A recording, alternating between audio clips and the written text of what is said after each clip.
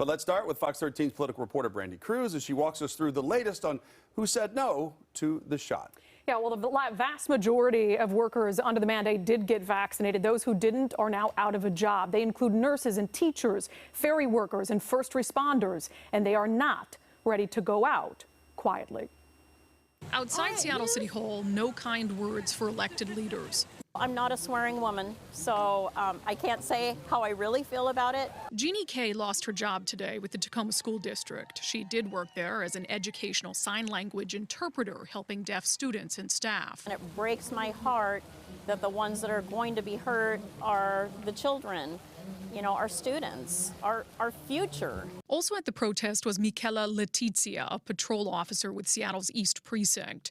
Yes, that precinct.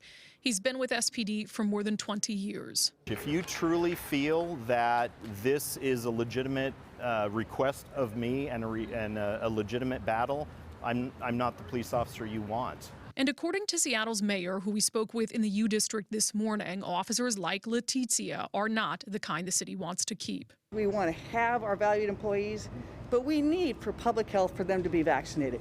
Mayor Durkan, you've been saying for a year that we can't afford to lose any more police officers. How come pretty soon I can show a negative COVID test to get into a football game with 60,000 people in your city, but you're not going to let your officers show a negative test to continue to serve the citizens of Seattle?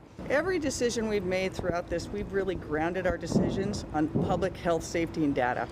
We know testing was the best we had before we had vaccines. Also not backing down or watering down the mandate is Governor Jay Inslee, who had these parting words for unvaccinated state workers.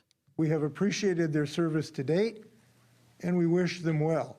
In turn, Washington State Trooper Robert LeMay had this message for Inslee as he signed off after 22 years of service. This is the last time you'll hear me in a state patrol car, and Jay Inslee can kiss my ass. Now, we won't know the total number of workers who've lost their jobs over the mandate until tomorrow or possibly even later. Remember, technically, they do have until midnight tonight to prove their vaccine status. And we do know that there have been some that have been holding out to the last possible moment in sort of a show of solidarity. Also interesting, in our conversation with Mayor Jenny Durkan today, she suggested that if there are city employees who today have a sudden change of heart and say, okay, I want to keep my job, the city would work with them to get the vaccine and to be able to stay in their employment. But obviously, the clock is ticking even for those who maybe had a change of heart at the last minute. All right, Brandy, thank you.